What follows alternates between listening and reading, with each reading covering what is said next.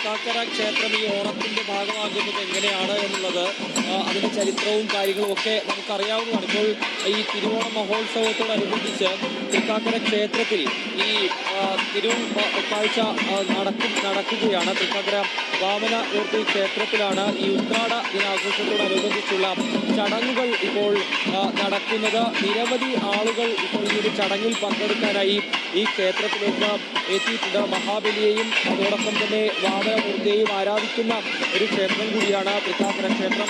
എല്ലാ വർഷവും ഓണത്തിന് വിപുലമായ ചടങ്ങുകളാണ് ഈ ഒരു ക്ഷേത്രത്തിൽ നടക്കാറുള്ളത്. അതിന് ഇക്കുറിയും മാറ്റമില്ല എന്നുള്ളത് തന്നെയാണ് നമുക്ക് പറയാൻ കഴിയുക. രാവിലെ 7 മണി മുതൽ തന്നെ ഈ അഷ്ടപതി തൃക്കാക്കരയപ്പന് തിരുമുൽ കാഴ്ച സമർപ്പണത്തിനുമായി ബന്ധപ്പെട്ടുള്ള ചടങ്ങുകളൊക്കെ ആരംഭിച്ചിരുന്നു.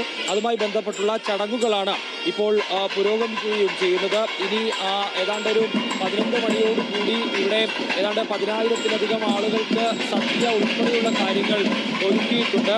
ഈ 9 ഗജവീരന്മാർ ഈ ഒരു തിരുമുൽ കാഴ്ചയിൽ അതോടൊപ്പം തന്നെ പങ്കെടുക്കുന്നുണ്ട്. ഏതായാലും വലിയ ആവേശവും വലിയ എന്താ പറയുക, ഓണവുമായി ബന്ധപ്പെട്ട് ഓണത്തിൻ്റെ എല്ലാവിധ ഒരുക്കങ്ങളും ഈ തൃക്കാക്കര ക്ഷേത്രത്തിൽ ഇതിനോടകം തന്നെ പൂർത്തിയായിട്ടുണ്ട്. അക്ഷരശ്ലോക സദസ്സ് അങ്ങനെ തുടങ്ങി നിരവധി പരിപാടികളും ഈ ഓണത്തിൻ്റെ തിരുവോത്സവത്തിൻ്റെ ഭാഗമായി ഇവിടെ ഒരുക്കിയിട്ടുണ്ട്. ഇനിയും അല്പസമയത്തിന് ഒരുപക്ഷെ മുഖ്യമന്ത്രി വി ഡി സതീശൻ ഈ ഒരു ചടങ്ങിൽ പങ്കെടുക്കാൻ എത്തും എന്നുള്ളതാണ്. പക്ഷെ അതിലൊരു വ്യക്തമായൊരു വിവരം കിട്ടിയിട്ടില്ല. എത്തിയേക്കാനുള്ള സാധ്യതയുണ്ട് എന്നാണ് പറയപ്പെടുന്നത്. ഏതായാലും തൃക്കാക്കര ക്ഷേത്രത്തിൽ ഉത്രാട ദിനവുമായി ബന്ധപ്പെട്ടുള്ള ചടങ്ങുകൾ ഇപ്പോൾ പുരോഗമിക്കുന്നു എന്ന് തന്നെ നമുക്ക് ഇവിടെ നിന്ന് പറയാൻ കഴിയും. വിവിധ പരിപാടികളൊക്കെ തന്നെയും ഇതിന്റെ ഭാഗമായി നടക്കും.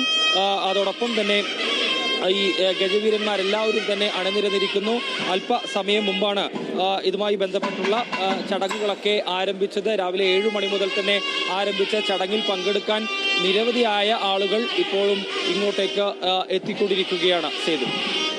ഓക്കെ റഹീമേ, ശരി. അപ്പോൾ തൃക്കാക്കര ക്ഷേത്രത്തിൽ തിരുവോണ മഹോത്സവത്തോടനുബന്ധിച്ചുള്ള തിരുമുൽ കാഴ്ചയാണ് നമ്മൾ കണ്ടത്.